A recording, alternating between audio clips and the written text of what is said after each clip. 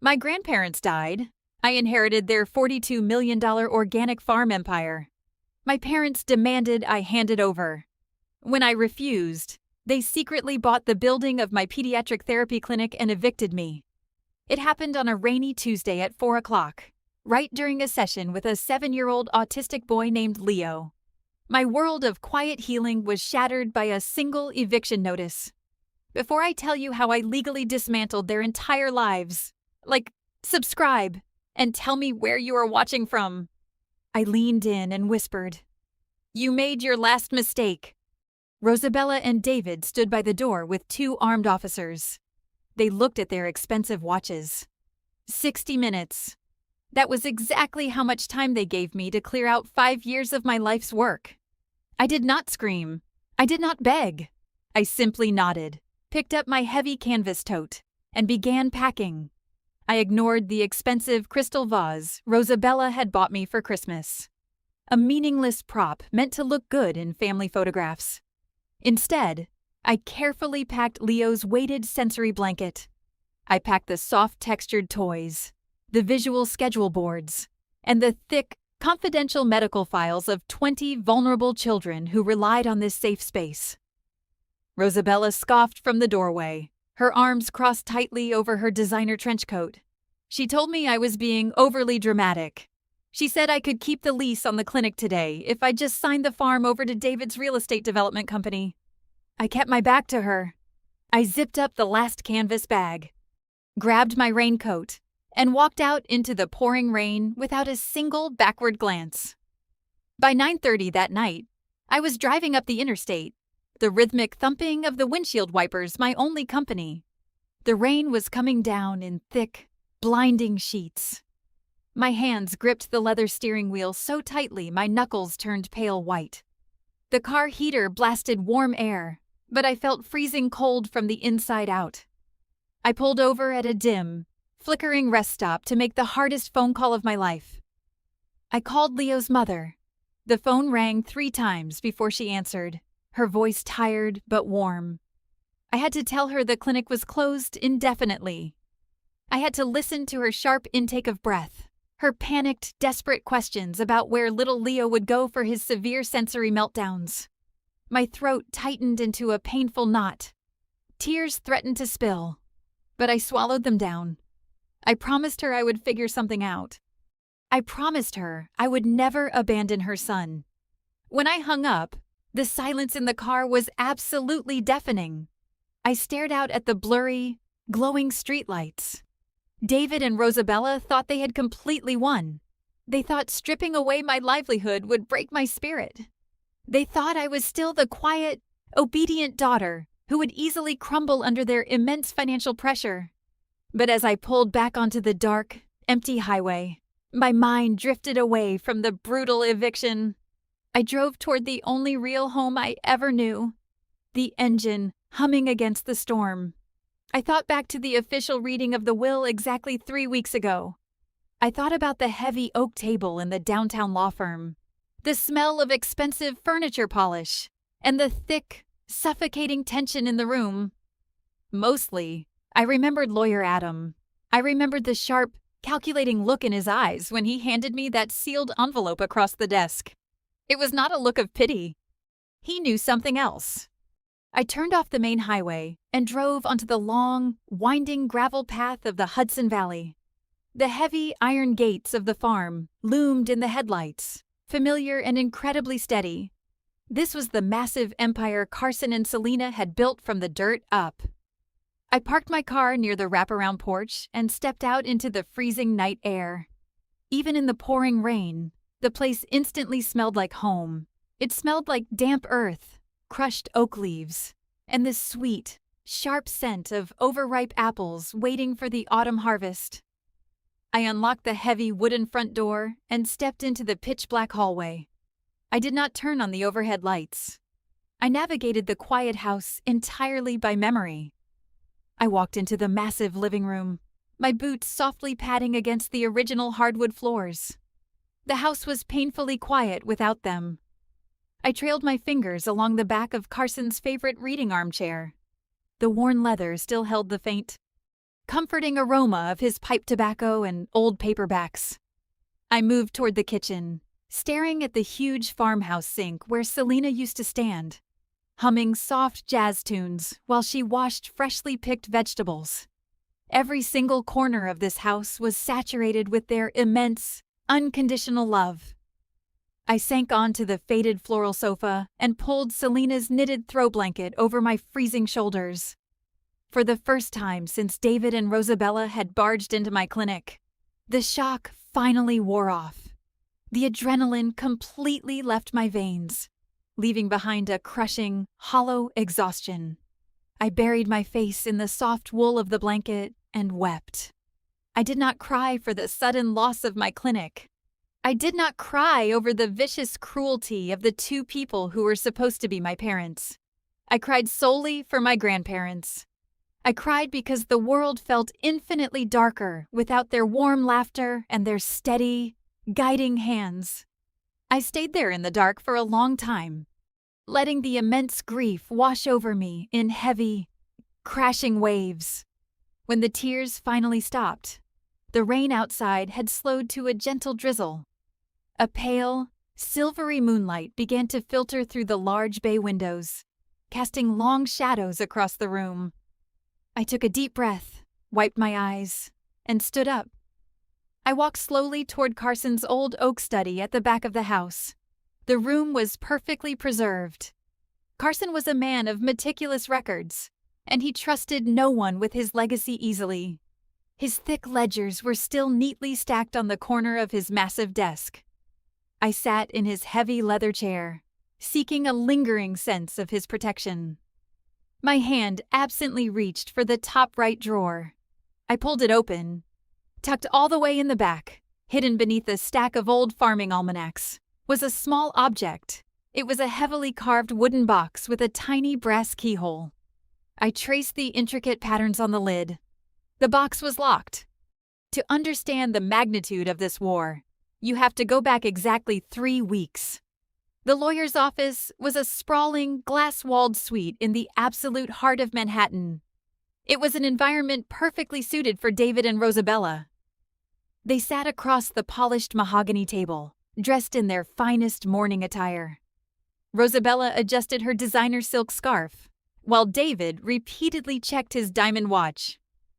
My older brother, Anthony, slouched in the corner chair, aggressively scrolling through his smartphone. He was the golden child, a man who called himself a tech entrepreneur despite bankrupting 3 companies with David's money. I sat silently at the far end of the table, feeling entirely invisible. They were all just waiting for the final distribution of the assets. They were waiting for their massive payout. Lawyer Adam walked into the room, his expression completely unreadable. He did not offer any warm condolences or polite small talk. He simply opened a thick leather binder and began reading the legal parameters. David leaned forward, a greedy, confident smirk playing on his lips. Then, Adam cleared his throat and announced the final distribution. The entire estate, including the massive Hudson Valley farmlands, the residential properties, and the controlling shares of the organic food supply chain, was valued at exactly $42 million. Adam looked directly at me over his glasses. He stated that per the absolute final wishes of Carson and Selena, every single cent, every acre of land, and every share of stock was left to one sole beneficiary. Me, Haley. The silence in the glass room was deafening. Anthony dropped his phone onto the floor with a loud clatter. Rosabella's carefully practiced expression of grief instantly dissolved into a mask of pure, unadulterated horror. David stood up so fast his heavy leather chair slammed into the glass wall behind him. His face turned a dangerous shade of crimson. He slammed his fists onto the mahogany table, screaming that the document was a complete fraud. David threatened to sue the firm, his voice echoing off the glass walls. He yelled that 2 elderly farmers had clearly lost their minds and that I had maliciously manipulated them. Rosabella hissed venomous insults, calling me an ungrateful thief who was stealing the family legacy. I sat frozen, completely stunned by the sheer staggering weight of the number. $42 million. Adam just calmly packed away his papers, completely unaffected by the temper tantrum of a grown man. He pressed a button on his remote, and a large television screen flickered to life on the wall. It was a pre-recorded video of Carson and Selena, sitting side by side on their farmhouse porch. Carson looked straight into the camera lens, his eyes sharp and lucid. He stated clearly that they knew exactly what they were doing. He said they had watched David chase empty luxury while neglecting human decency. He said they trusted only one person to protect the land. Before the screen faded to black, Carson leaned closer to the camera. His voice was gentle, yet firm with unquestionable authority. Use the brass key. 15 years ago, the battle lines of this family were already deeply drawn. Growing up in David and Rosabella's towering glass mansion was exactly like living in a high-end museum where I was the least valuable exhibit. I was the family black sheep simply because I preferred reading over country club social events. David was completely obsessed with maintaining a flawless public image to secure his ruthless real estate deals. I was nothing more than a convenient prop. I vividly remember being 12 years old, forced into a stiff, itchy evening gown just to stand silently beside him at a charity gala. When I accidentally spilled water on the hem, Rosabella did not ask if I was okay. She gripped my arm so hard it bruised and locked me in the coat room for the rest of the night, terrified I would embarrass her. Anthony, on the other hand, could do absolutely no wrong. He was the charming, arrogant golden child. When he crashed his brand new sports car at 19 while driving intoxicated, David quickly paid off the local authorities and bought him a newer model the very next week. Anthony drained hundreds of thousands of dollars from David's accounts for his failed ventures. Yet he was always welcomed home with a warm embrace and another blank check. Meanwhile, when I received my nursing degree with top honors, they did not even bother to attend the graduation ceremony. They were too busy touring a new vacation property in Aspen. I learned very early that love in that glass mansion was strictly conditional, and I simply did not have the currency to afford it. My only refuge from that sterile, transactional existence was the Hudson Valley Farm. Every summer, while my parents jetted off to Europe, they dumped me at the farm. Those months were my salvation. Carson never cared if my clothes were designer. He put a pair of heavy gardening gloves on my small hands and taught me how to graft apple tree branches. He taught me that real growth requires patience, strong roots, and a willingness to get your hands dirty. Selena taught me how to bake, how to listen to the sounds of the changing seasons, and how to value quiet kindness over loud boasting.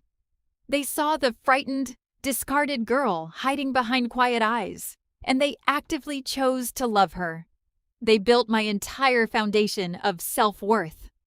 They gave me the strength to survive my parents' psychological warfare. They taught me that true power does not come from a heavy wallet, but from an unbreakable spirit. That was why David and Rosabella hated the farm so deeply. It represented a raw, authentic truth they could never purchase. And now, standing in Carson's quiet study, I understood why he had left it all to me. He knew the wolves would eventually come for the land.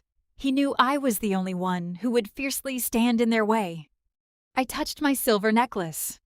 The morning sun broke through the heavy rain clouds, casting long, golden beams across the wooden floorboards of the study. I stood frozen in front of Carson's desk, staring down at the intricately carved wooden box. My fingers slowly traced the cold silver chain around my neck. Hanging at the very bottom, hidden beneath my shirt, was a heavy, antique brass key. Carson had placed it in the palm of my hand on my 18th birthday. He had looked at me with a profound, unshakable seriousness, telling me to keep it safe and to never tell my parents it existed. For an entire decade, I had worn it blindly, assuming it was simply a sentimental keepsake, a metaphorical key to the farm. I pulled the chain over my head. The metal was warm from my skin. I took a slow, steadying breath and inserted the old brass key into the tiny, tarnished keyhole of the wooden box. It fit perfectly. I turned it to the right. A sharp, mechanical click echoed loudly in the quiet room. My heart hammered against my ribs as I carefully lifted the heavy lid. There were no stacks of cash inside. There were no emotional, handwritten letters. Carson was a deeply pragmatic man, and this box was a testament to his sharp, strategic mind.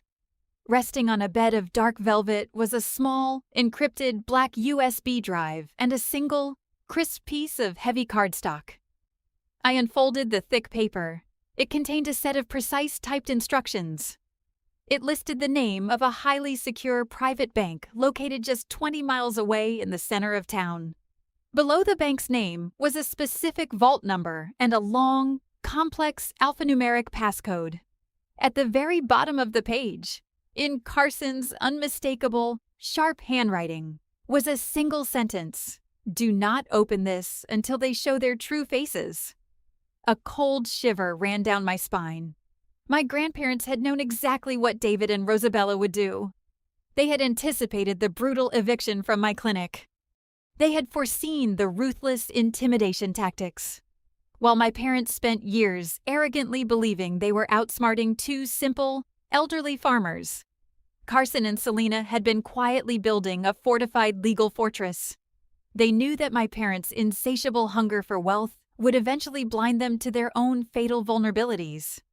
The trap had been set years ago, waiting patiently in the shadows. They had observed the greed, documented the manipulation, and methodically prepared a counteroffensive. I stared at the black USB drive, realizing that the $42 million was not just an inheritance. It was bait. Carson had purposely left the money directly to me to force David and Rosabella into making a desperate, reckless move. They had sprung the trap the moment they evicted me and little Leo from the therapy center. I tucked the cardstock into my coat pocket and closed the wooden box. I did not know exactly what was waiting inside that bank vault, but I knew it was powerful enough to change everything. I grabbed my car keys. By Thursday morning, the heavy rain had finally stopped, leaving the sprawling apple orchards bathed in a crisp, golden autumn light. I was standing on the porch with a hot mug of black coffee when my cell phone vibrated. It was Leo's mother. Her voice was shaking, thick with exhausted tears. She told me that little Leo had completely regressed. He had refused to eat for the past 24 hours and was hiding inside his closet, overwhelmed by the sudden loss of his familiar routine. My heart physically ached. David and Rosabella had not just evicted me. They had violently ripped away a vital lifeline from a highly vulnerable 7-year-old boy. I told her to bring him to the farm immediately. I did not have a professional medical facility anymore, but I had 80 acres of quiet, healing nature. I walked down to the massive old wooden barn located at the edge of the property. It smelled strongly of dried alfalfa, aged timber, and sweet earth. It was rustic, but it was incredibly safe. I made 3 quick phone calls to neighboring farmers, people who had deeply respected my grandparents. Within 30 minutes, a small convoy of pickup trucks arrived. Old Mr. Henderson, whose tractor Carson had repaired for free a decade ago, brought industrial space heaters. 2 other neighbors helped me sweep the wooden floorboards and lay down thick, soft sensory mats I had salvaged from the clinic. We worked in total, synchronized silence, bound by a shared loyalty to Carson and Selena's enduring legacy. When Leo's mother pulled into the gravel driveway, the boy was hyperventilating in the back seat, his hands covering his ears. I did not rush him. I slowly opened the car door and sat quietly on the grass, waiting. After 20 excruciating minutes, he finally stepped out. I gently guided him toward the warm, brightly lit barn. In the back stall stood Barnaby, Carson's 30-year-old retired draft horse. Leo stopped dead in his tracks. He slowly reached out his tiny hand and touched the horse's soft, velvety nose. Barnaby let out a low, gentle rumble. For the first time in 2 days, Leo smiled. Watching that small, the fragile smile, a profound realization washed over me. I was not just fighting for my own survival anymore. I was fighting to protect the innocent. I had a new purpose. That evening, I sat alone by the stone fireplace in the living room, watching the orange flames consume a dry oak log. The house was perfectly silent, allowing my mind to wander into the darkest corners of my past. I stared into the fire and asked myself the most painful question of all. Why did it take me 28 years to finally walk away? Why did an educated, independent pediatric nurse allow two narcissistic real estate developers to treat her like a disposable emotional ATM? The answer was not simple, and it was deeply humiliating. It was rooted in a psychological trap known as learned helplessness. When you are born into a family that constantly starves you of genuine affection, you eventually learn to survive on toxic crumbs. You begin to normalize the unbearable cruelty. When David yelled at me for not wearing the right designer dress to his corporate dinners, I justified it as him simply being stressed about his high-stakes negotiations. When Rosabella forgot my nursing school graduation to attend a luxury ski trip, I convinced myself that she simply had unavoidable social obligations. I meticulously crafted excuses for my abusers because the alternative was entirely too terrifying to face. Acknowledging their profound cruelty meant acknowledging that I was practically an orphan, despite having two living, breathing parents. I desperately played the role of the quiet, obedient daughter because I foolishly believed that compliance would eventually purchase their love. In the glass mansion, affection was an incredibly strict financial transaction. If I smiled perfectly, if I remained completely invisible when guests were over, I was temporarily tolerated. They conditioned me to believe that my own boundaries were deeply selfish. This is the invisible chain that binds a survivor to their abuser. You are meticulously trained to doubt your own reality, to suppress your own anger, and to constantly apologize for the wounds they inflict upon you. I had spent nearly 3 decades carefully walking on eggshells, desperately trying not to shatter their fragile, grandiose egos. I had sacrificed my own dignity just to maintain a hollow illusion of a family. The illusion was finally breaking. Sitting there in the glowing warmth of the firelight, a sudden, blinding clarity pierced through my decades of psychological conditioning. My deeply ingrained habit of remaining silent was not a noble virtue. It was incredibly dangerous. By continually allowing David and Rosabella to endlessly trample over my boundaries, I had inadvertently empowered them to trample over my innocent patients. My passive endurance had directly led to little Leo hiding in a dark closet, terrified and confused. The profound sorrow that had gripped my chest since the brutal eviction slowly began to evaporate. It was entirely replaced by a cold, calculating, and unapologetic rage. The kind of rage that does not scream or throw things, but quietly sharpens a blade in the dark. I stood up from the armchair and walked methodically toward the spare bedroom closet. This was where I kept the few luxury items Rosabella and David had gifted me over the years. I pulled out 3 heavy designer trench coats, a pair of diamond earrings they had bought strictly for a family magazine photo shoot, and a collection of expensive silk scarves I absolutely hated wearing. I grabbed a thick, black industrial trash bag from the kitchen.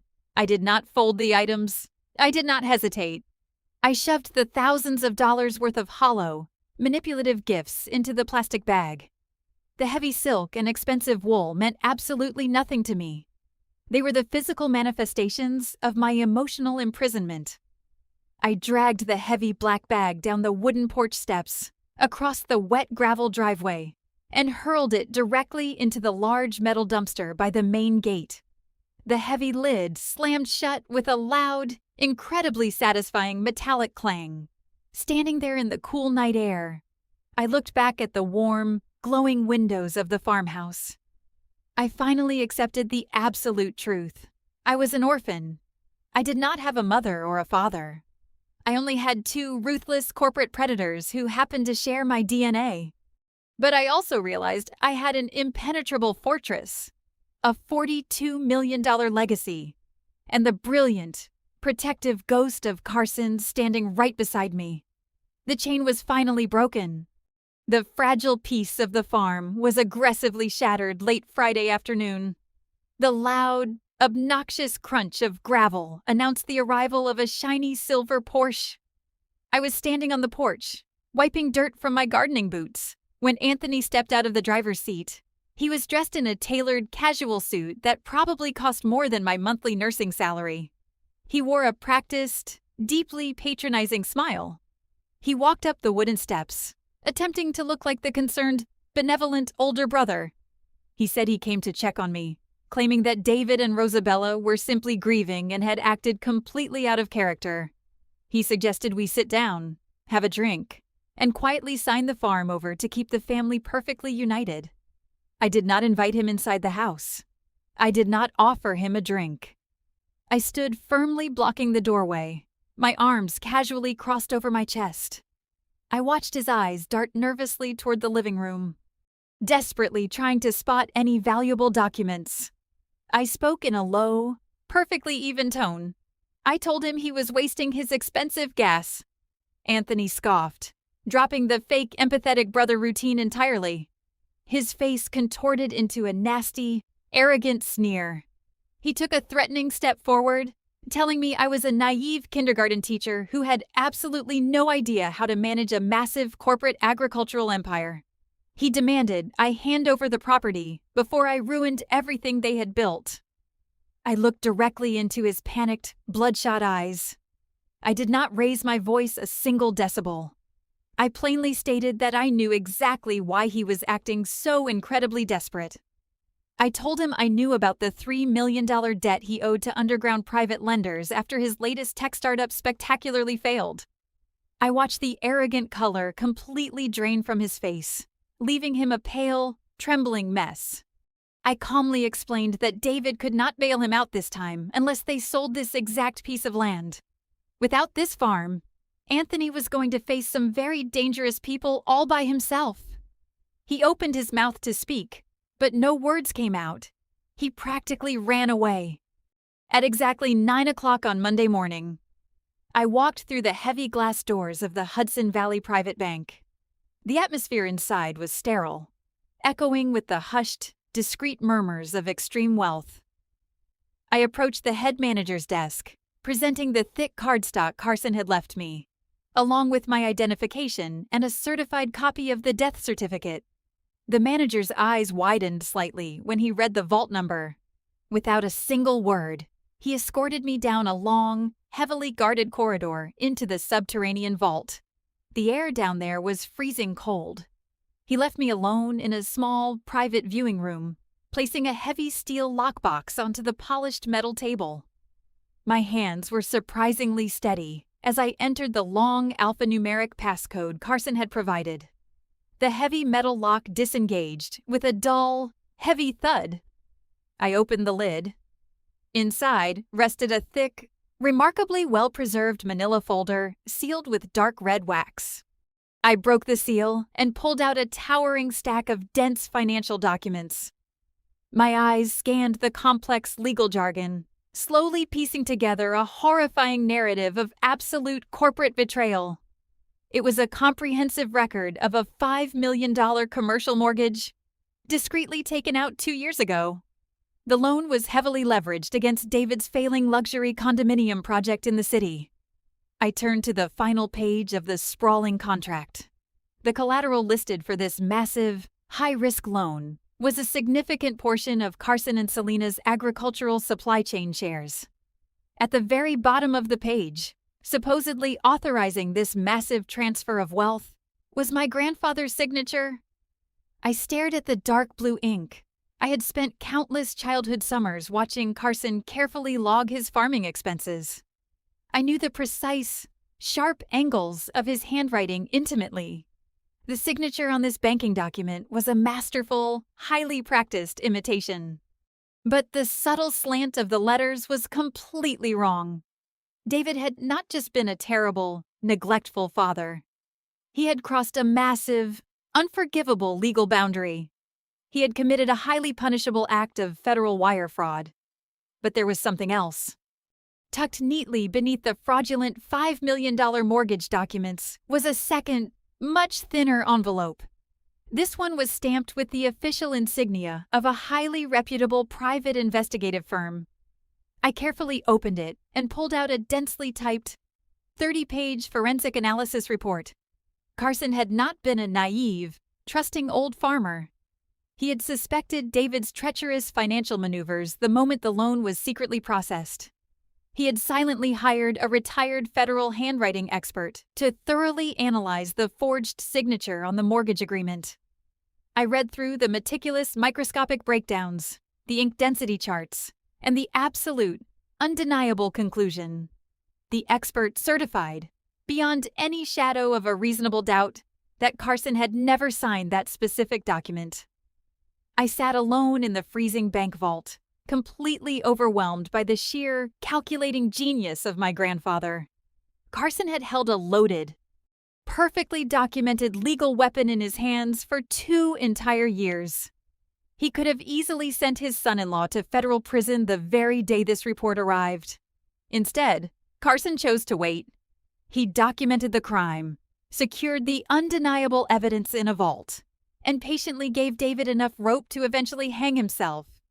He knew David's insatiable, toxic greed would eventually target me once the reading of the will occurred. Carson had deliberately passed this lethal ammunition down to me, trusting that I would know exactly when and how to pull the trigger. I carefully placed the forensic report and the fraudulent mortgage documents back into the red folder. I did not feel any sadness for David. I did not feel any lingering daughterly loyalty toward the man who had stolen millions from his own family and then ruthlessly evicted his daughter into the freezing rain. I placed the documents safely into my leather briefcase, securing the locks with a satisfying click. As I walked out of the heavy steel vault and back into the bright morning sunlight, I felt an incredibly dangerous sense of absolute calm. My phone began to frantically buzz in my pocket. I glanced at the glowing screen. The war was officially starting. I drove back to the Hudson Valley farm with the thick red folder resting safely on the passenger seat. The heavy rain from the previous night had completely cleared, leaving the sky a sharp, brilliant blue. The air smelled of damp pine needles and wet asphalt. I was only 5 miles away from the main gate when my cell phone began to vibrate violently against the center console. The aggressive, persistent buzzing shattered the quiet peace of the afternoon drive. I did not immediately answer. I let it ring. Then, the text messages started pouring in. They arrived in rapid, aggressive succession, lighting up the screen with a barrage of notifications. The sender was Rosabella. I pulled the car over to the side of the quiet country road, shifted into park, and slowly picked up the phone. The first message was a direct, unapologetic threat. Rosabella typed that David had already contacted his high-powered corporate attorneys in Manhattan. She proudly announced they were filing an emergency legal injunction to immediately freeze every single asset associated with the estate. The second message was even more vicious. She claimed they were drafting a formal affidavit accusing me of elder abuse. Rosabella fabricated a deeply disturbing narrative, stating I had psychologically manipulated Carson and Selena during their final months of cognitive decline to coerce them into changing the will. The sheer audacity of the lie was breathtaking. They were projecting their own dark, manipulative tactics directly onto me. The final text message was intended to be the ultimate death blow. Rosabella threatened my career. She wrote that if I did not voluntarily sign over the deeds to the farm by the end of the week, she would personally contact the state medical board. She promised to file a formal complaint, claiming I was mentally unfit to hold a nursing license. She threatened to legally bar me from ever working with vulnerable children again. She specifically mentioned my autistic patients, stating that someone as unstable as me had absolutely no business being alone with them. In the past, reading those harsh words would have induced a massive, paralyzing panic attack. I would have instantly crumbled under the terrifying weight of their immense financial and social power. I would have begged for mercy. But sitting there in the driver's seat, staring at the glowing screen, my heart rate did not spike. My hands did not tremble. I simply looked at the red folder resting on the seat beside me. Inside that thick manila envelope was the undeniable, forensic proof of David's massive federal wire fraud. I held the literal key to his absolute legal destruction. Rosabella's vicious, manipulative text messages were no longer the terrifying roar of an apex predator. They were simply the loud, desperate noises of an animal blindly walking into a steel trap. They thought they were hunting a frightened rabbit, entirely unaware that the forest now belonged to me. I locked the screen and placed the phone face down in the cup holder. I shifted the car back into drive, feeling a profound sense of absolute control. I smiled a cold smile. The sun was dipping low below the horizon, painting the expansive Hudson Valley sky in vibrant streaks of bruised purple and burning orange. I was sitting on the wooden front porch of the farmhouse, watching the evening shadows stretch across the apple orchards, when a sleek black sedan pulled up the gravel driveway. The driver's side door opened, and lawyer Adam stepped out into the cool evening air. He wore a sharp, immaculately tailored dark suit and carried a worn leather briefcase. Adam was not just a brilliant legal mind. He had been Carson's closest friend and trusted confidant for over 30 years. I stood up to greet him, holding 2 steaming mugs of strong black coffee. He took a seat in Selena's old rocking chair, wrapping his warm hands around the ceramic mug. I did not waste any time with polite pleasantries. I reached onto the small wooden table between us and pushed the thick red folder directly into his hands. Adam set his coffee down and carefully opened the flap. I watched his sharp, calculating eyes slowly scan the fraudulent $5 million mortgage document, noting the expertly forged signature at the bottom. Then, he turned the page and read the detailed, 30-page forensic handwriting analysis provided by the retired federal investigator. For several long minutes, the only sound on the porch was the quiet rustling of heavy paper and the distant chirping of crickets in the tall grass. When Adam finally closed the folder, his expression was completely unreadable.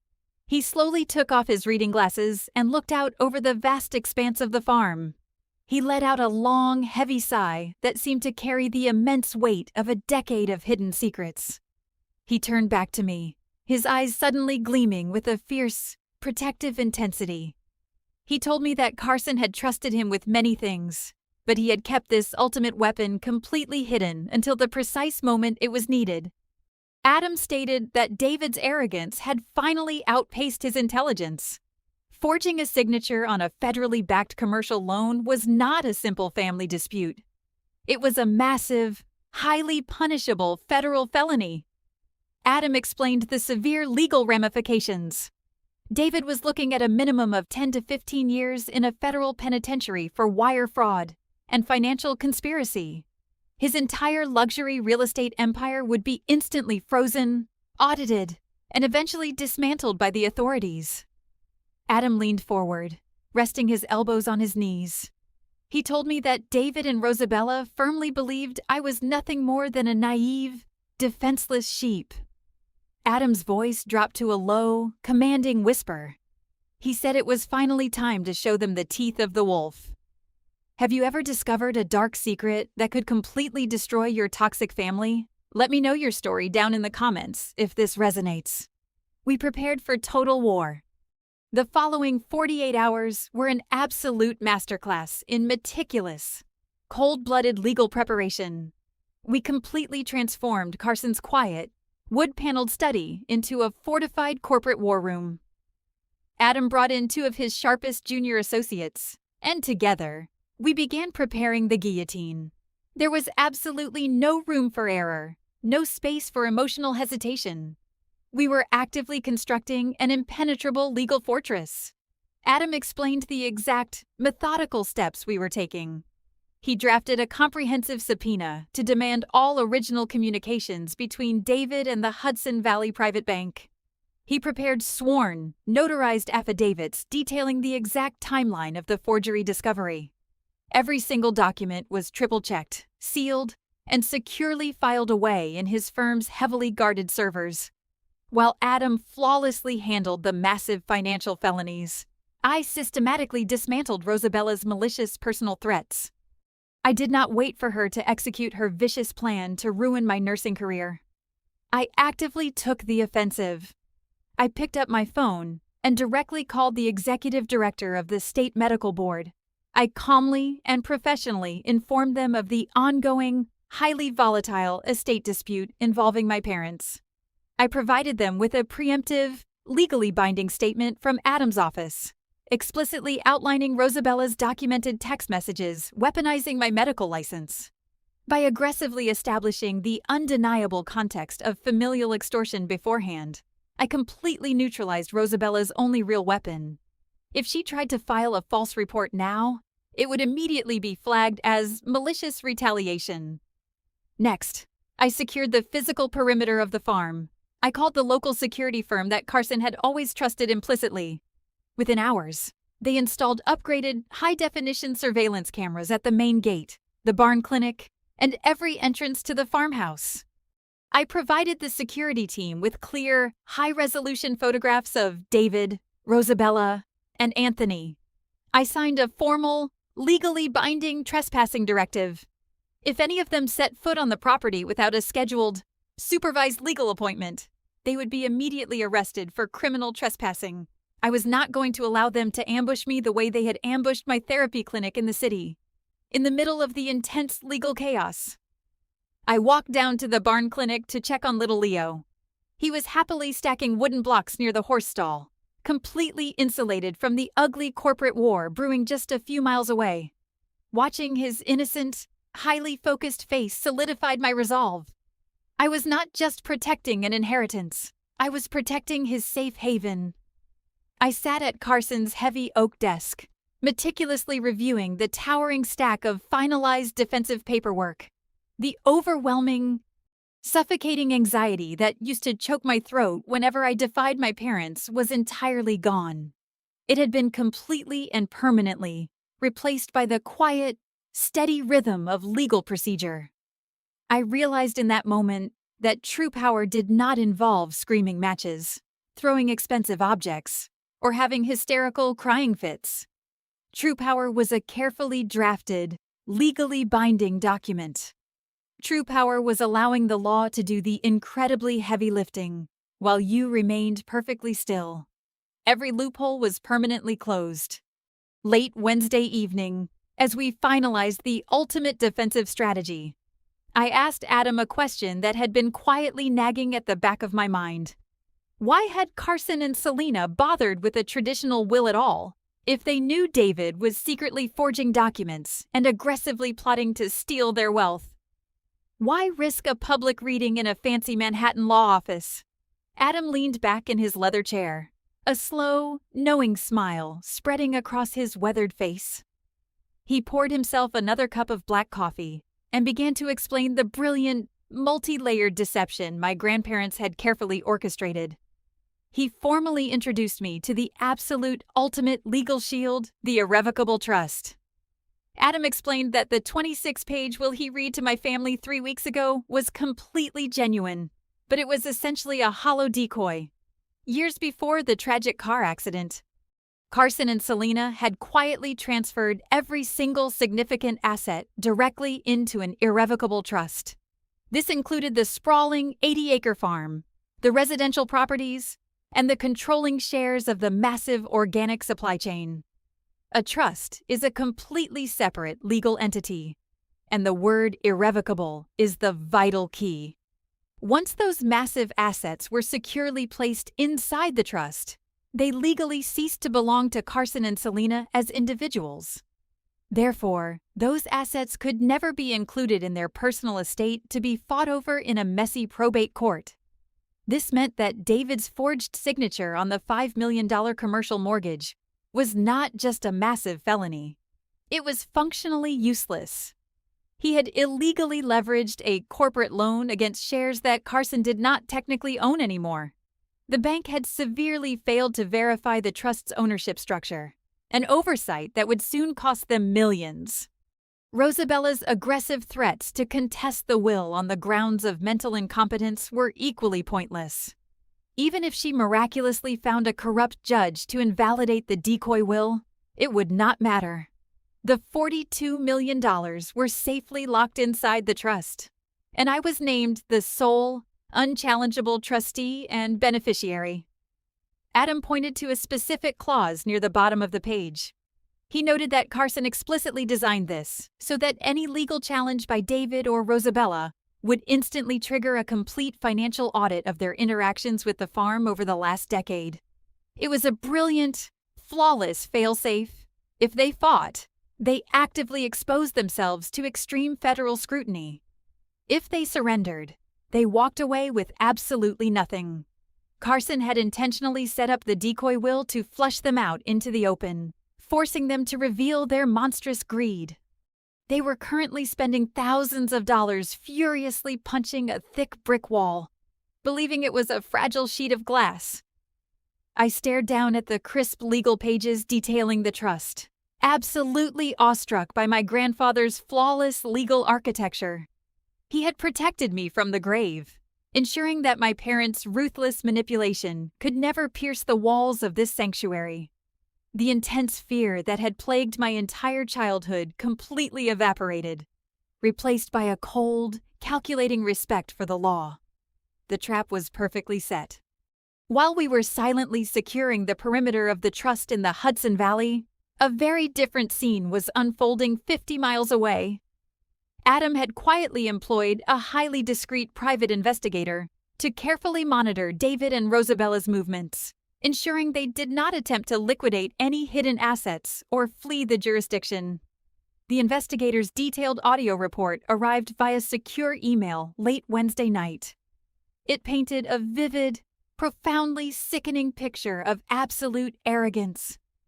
David and Rosabella were hosting a lavish, celebratory dinner party at an exclusive, Michelin-starred French restaurant in the city. They had invited 3 of their wealthiest real estate investors to join them in the private, mahogany-lined dining room. According to the investigator's audio transcript, David was already aggressively spending the $42 million in his mind. He proudly boasted to his wealthy colleagues that the annoying family dispute with his emotionally unstable daughter had been entirely resolved. He confidently announced his grand, highly destructive plans for the Hudson Valley property. He intended to immediately bulldoze the historic apple orchards, tear down the century-old farmhouse, and construct an exclusive, high-end golf resort for corporate elites. Rosabella chimed in, laughing as she sipped her incredibly expensive vintage champagne. She told the entire table that my pathetic little pediatric therapy clinic had finally been shut down, claiming it was a depressing eyesore that brought down the local neighborhood property values. Anthony was also in attendance, loudly bragging to the investors about his upcoming appointment to the board of directors for the newly acquired agricultural supply chain. They were actively toasting to their incredible success, completely intoxicated by their own fabricated reality. They firmly believed their intimidation tactics had worked flawlessly. They assumed my total silence over the past 48 hours meant I had completely surrendered to their power. They thought I was hiding in the farmhouse, weeping over my ruined nursing career, desperately waiting to sign the surrender documents they had forcefully demanded.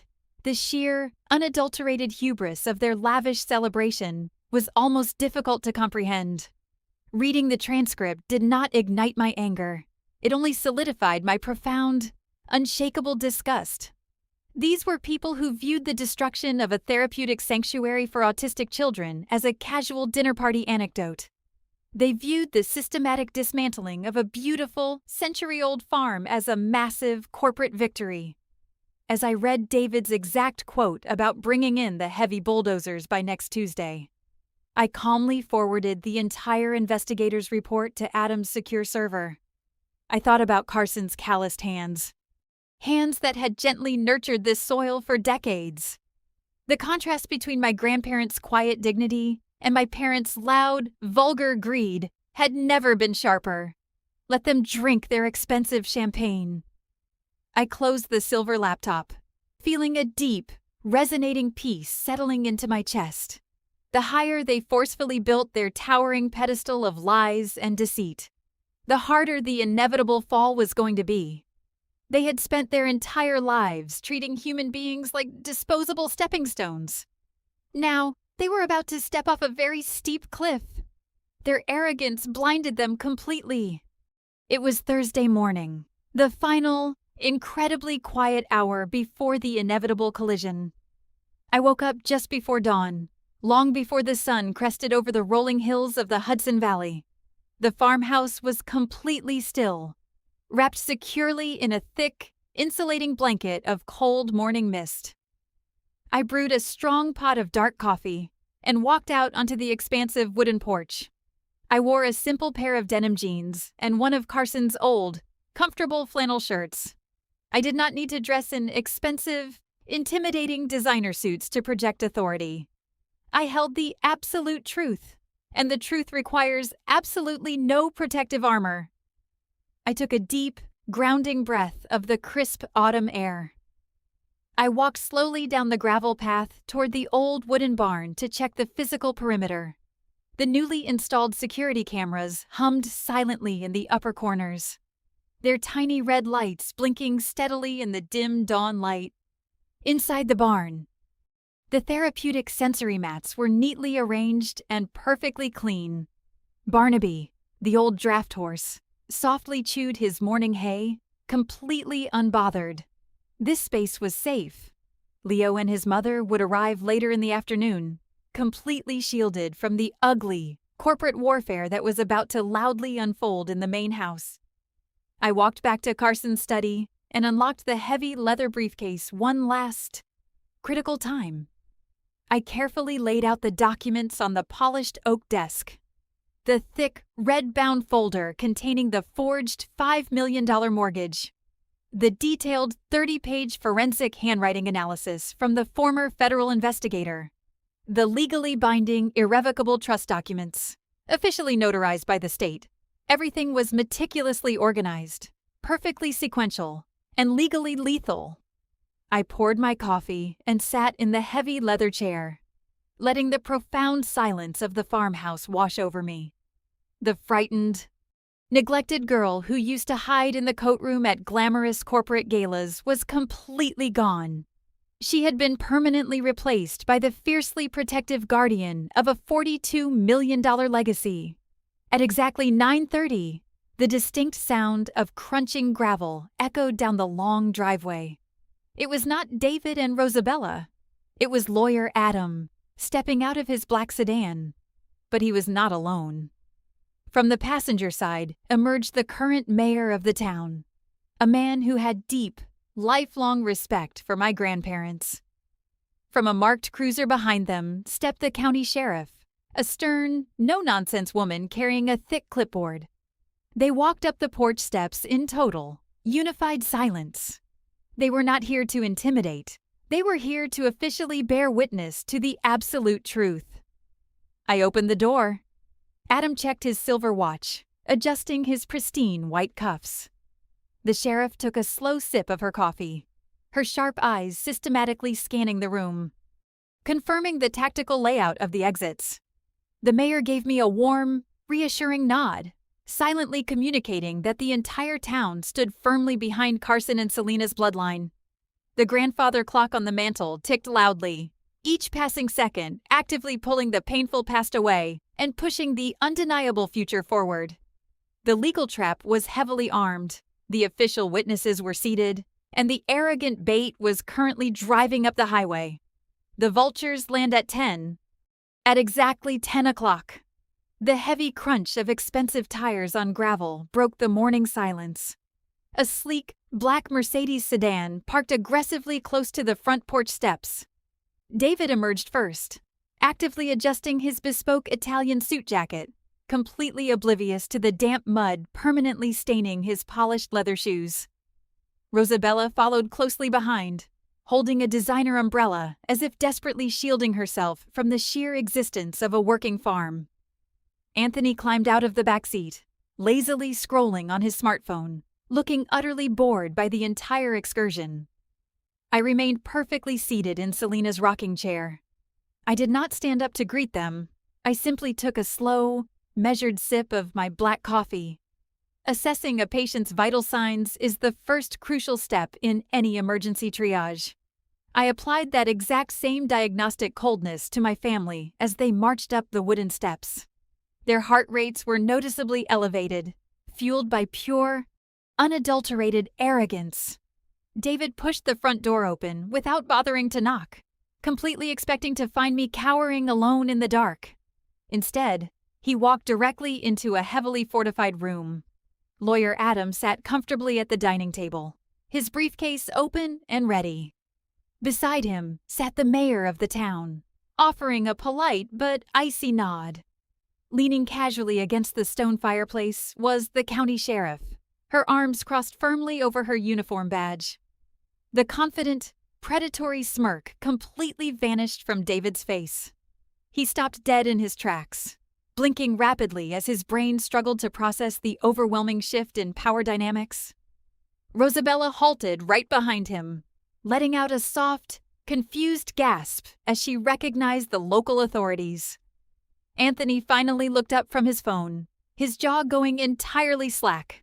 This was not the frightened, isolated girl they had forcefully evicted from her pediatric clinic. This was a carefully orchestrated tribunal.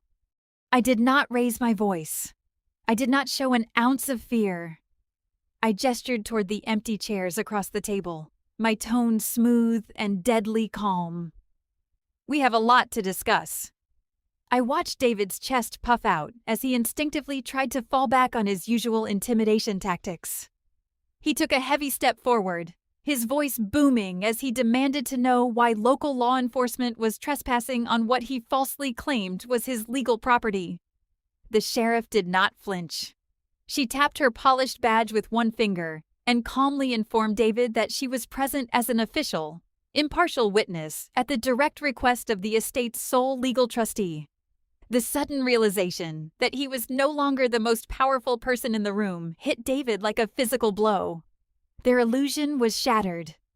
David's face flushed a deep, aggressive crimson as he took in the scene.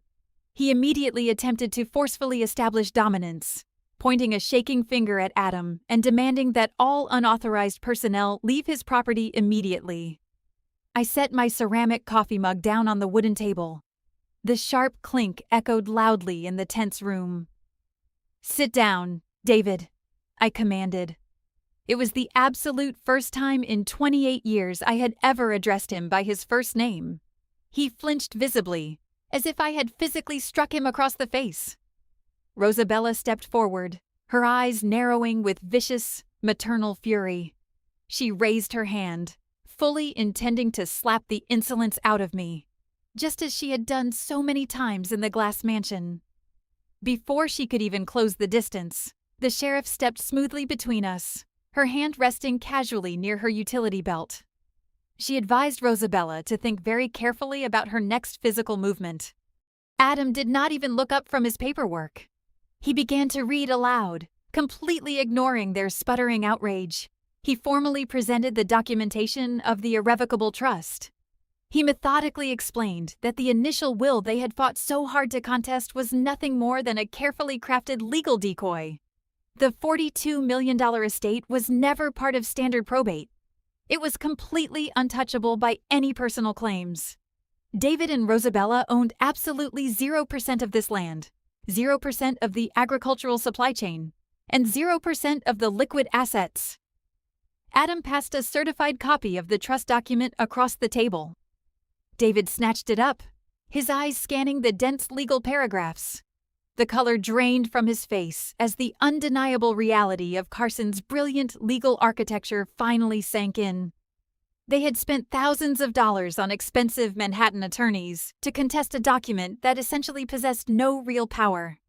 The vast wealth they had been arrogantly celebrating over vintage champagne just 2 nights prior had completely evaporated into thin air. I watched Rosabella physically stagger backward, leaning heavily against the wooden doorframe for support. The absolute power they had ruthlessly wielded over me my entire life was completely neutralized by a stack of crisp, white paper. I looked David directly in the eye, my voice quiet and steady. "You are completely out of moves." Anthony attempted to salvage the situation, loudly declaring that their lawyers would find a way to pierce the trust. Adam simply smiled, a cold, shark-like grin. "You are welcome to try, Anthony. But I assure you, Carson built this wall out of solid titanium." The first strike landed. Anthony let out a loud, mocking laugh, pacing back and forth across the farmhouse living room. He arrogantly claimed that trusts could easily be broken, waving his hand dismissively at Adam's paperwork, as if it were meaningless trash. He boasted about their elite corporate attorneys who would supposedly tear this rural farm to absolute shreds in a matter of weeks. I did not argue with his foolishness. I simply reached into my leather briefcase and pulled out the thick, red-bound folder. I slid it firmly across the polished oak table until it stopped directly in front of David. "A $5 million commercial mortgage, heavily leveraged against the agricultural supply chain shares," I stated, my voice completely devoid of any emotional fluctuation. "Processed through the Hudson Valley Private Bank exactly 2 years ago." David's eyes instantly locked onto the document. The remaining color completely drained from his face, leaving him a sickening, ashen gray. I watched his chest rise and fall in rapid, shallow breaths. "The signature at the bottom belongs to Carson," I continued, pushing a second envelope toward him. "But this is the forensic handwriting analysis from a retired federal investigator, proving beyond any reasonable doubt that you forged his name." The silence in the room became incredibly thick and suffocating. David was no longer a wealthy, powerful real estate developer. He was a cornered criminal staring directly at a federal felony charge. Rosabella snatched the forensic report from the table, her eyes darting frantically across the expert's highly detailed conclusions. She looked at David, her expression shifting from arrogant disbelief to sheer, unadulterated panic. Anthony stopped pacing entirely, his false bravado crumbling as he realized the massive financial crimes his father had committed. Forging a signature on a federally backed commercial loan was not a civil dispute. It was an act of wire fraud that carried severe mandatory sentencing guidelines. The mayor crossed his arms, staring at David with profound, undeniable disgust. Carson had always suspected David's lack of morality, but seeing the physical proof laid bare was staggering. I watched the man who had terrified me for 28 years completely shrink into a pathetic, trembling shell. I did not feel a single ounce of pity. He had ruthlessly chosen this destructive path, and now the heavy toll was due. I leaned forward, resting my hands perfectly flat on the table. "You stole from the only man who ever genuinely tried to help you, and you left a paper trail a mile wide." The bomb had successfully detonated. The devastating reality of the forgery bomb completely paralyzed David. He collapsed heavily into one of the dining chairs, his hands trembling violently as he stared blankly at the forensic report. For decades, he had built a towering empire strictly on intimidation, emotional manipulation, and loud, aggressive behavior. Now, faced with cold, undeniable, and scientifically verifiable facts, he possessed absolutely no defense mechanisms. Adam leaned forward, resting his forearms on the table, and systematically outlined the incoming legal tsunami. He informed David that the bank was already being legally notified of the massive wire fraud. Federal prosecutors in Manhattan would be receiving a fully documented, airtight package by the end of the business day. Adam meticulously explained that David's entire luxury real estate portfolio would be immediately frozen, aggressively audited, and eventually liquidated to pay restitution. The sheriff took a slow, deliberate step forward, her hand moving purposefully to the back of her duty belt.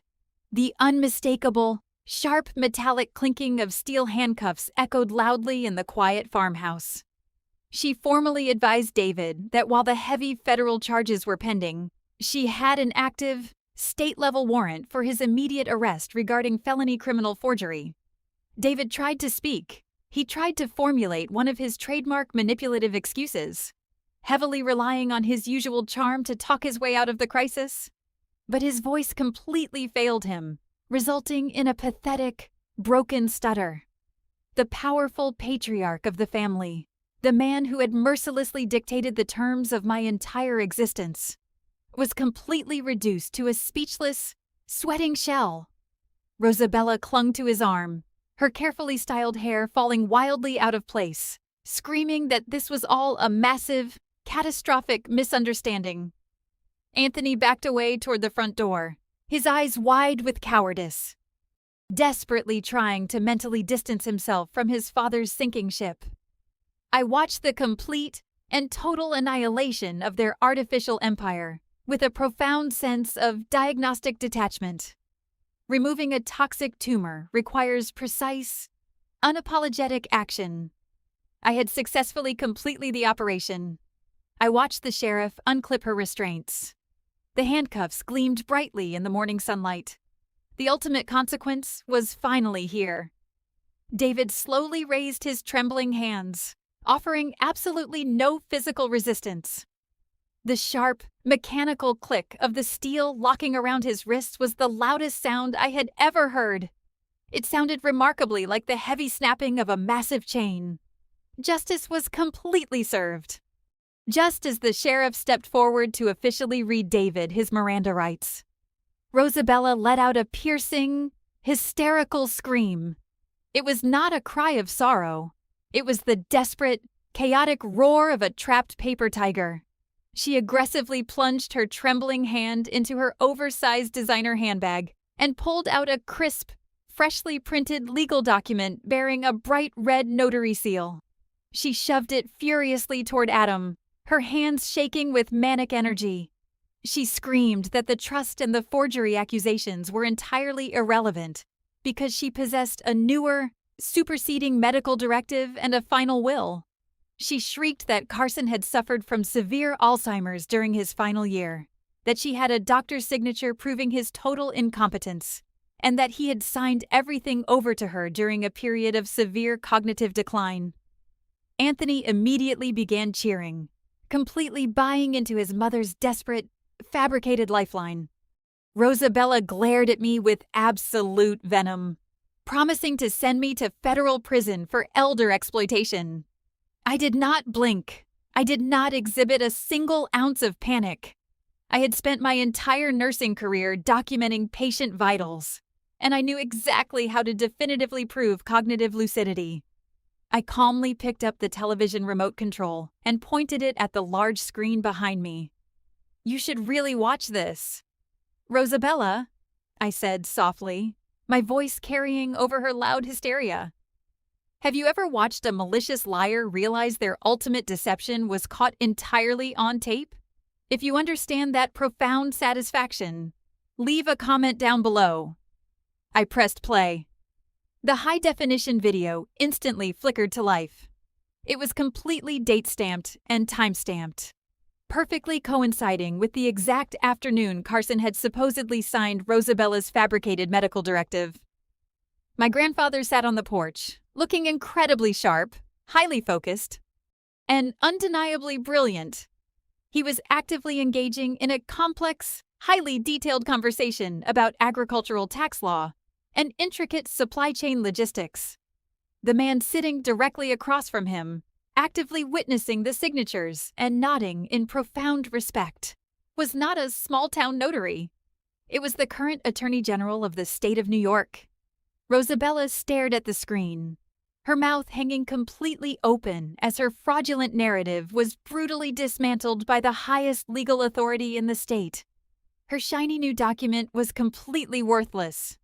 The roar instantly died. By presenting a forged medical document and a fake will to a room full of active law enforcement personnel, Rosabella had just committed felony perjury and conspiracy to commit fraud right in front of the sheriff.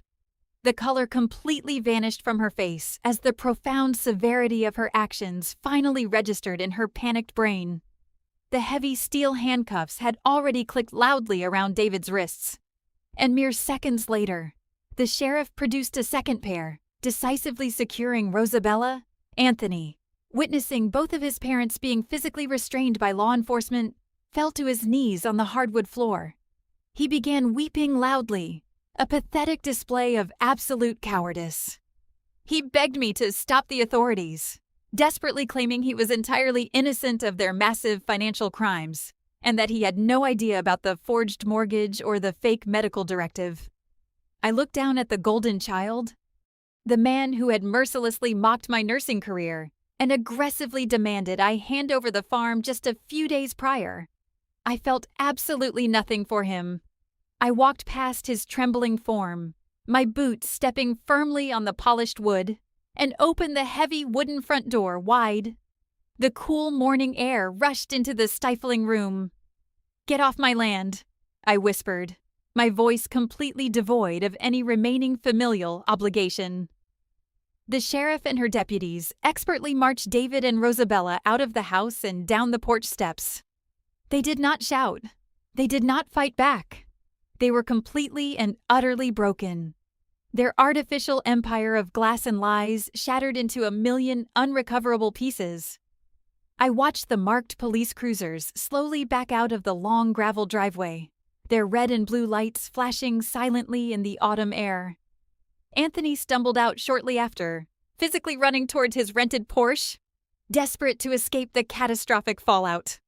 As the vehicles disappeared down the road, a profound, incredibly pure silence finally settled over the Hudson Valley farm. It was the heavy, comforting quiet that immediately follows a massive, destructive thunderstorm. I closed the front door. I stood alone in the hallway, listening to the gentle ticking of the grandfather clock. The agonizing weight of 28 years of emotional abuse was entirely lifted from my shoulders. The cleansing was complete. We skipped forward through 6 long months of intense, methodical legal proceedings. The massive federal indictments against David and Rosabella moved swiftly through the courts, resulting in heavily frozen bank accounts and the total liquidation of their toxic luxury real estate empire. But my primary focus remained entirely on the healing earth of the Hudson Valley. The sprawling property was officially renamed the Carson and Selena Sanctuary for Healing. I utilized a generous portion of the $42 million trust to completely renovate the massive wooden barns, expertly transforming them into state-of-the-art sensory therapy centers tailored specifically for autistic and neurodivergent children. On a crisp, beautifully bright Tuesday afternoon, I stood securely by the wooden fences, watching little Leo sprint happily across the open green pasture. His loud, joyful laughter rang out clear and completely free of the terrible anxiety that used to plague him. He was no longer hiding, terrified in dark closets. He was gently feeding sweet apples to Barnaby, the old draft horse, his complex sensory needs perfectly met by the quiet, grounding rhythm of nature. I had successfully salvaged my medical career, entirely independent of any ruthless corporate landlord. I no longer wore uncomfortable designer clothing to appease narcissistic abusers. I proudly wore sturdy work boots and comfortable denim, fully embracing the rich dirt on my hands.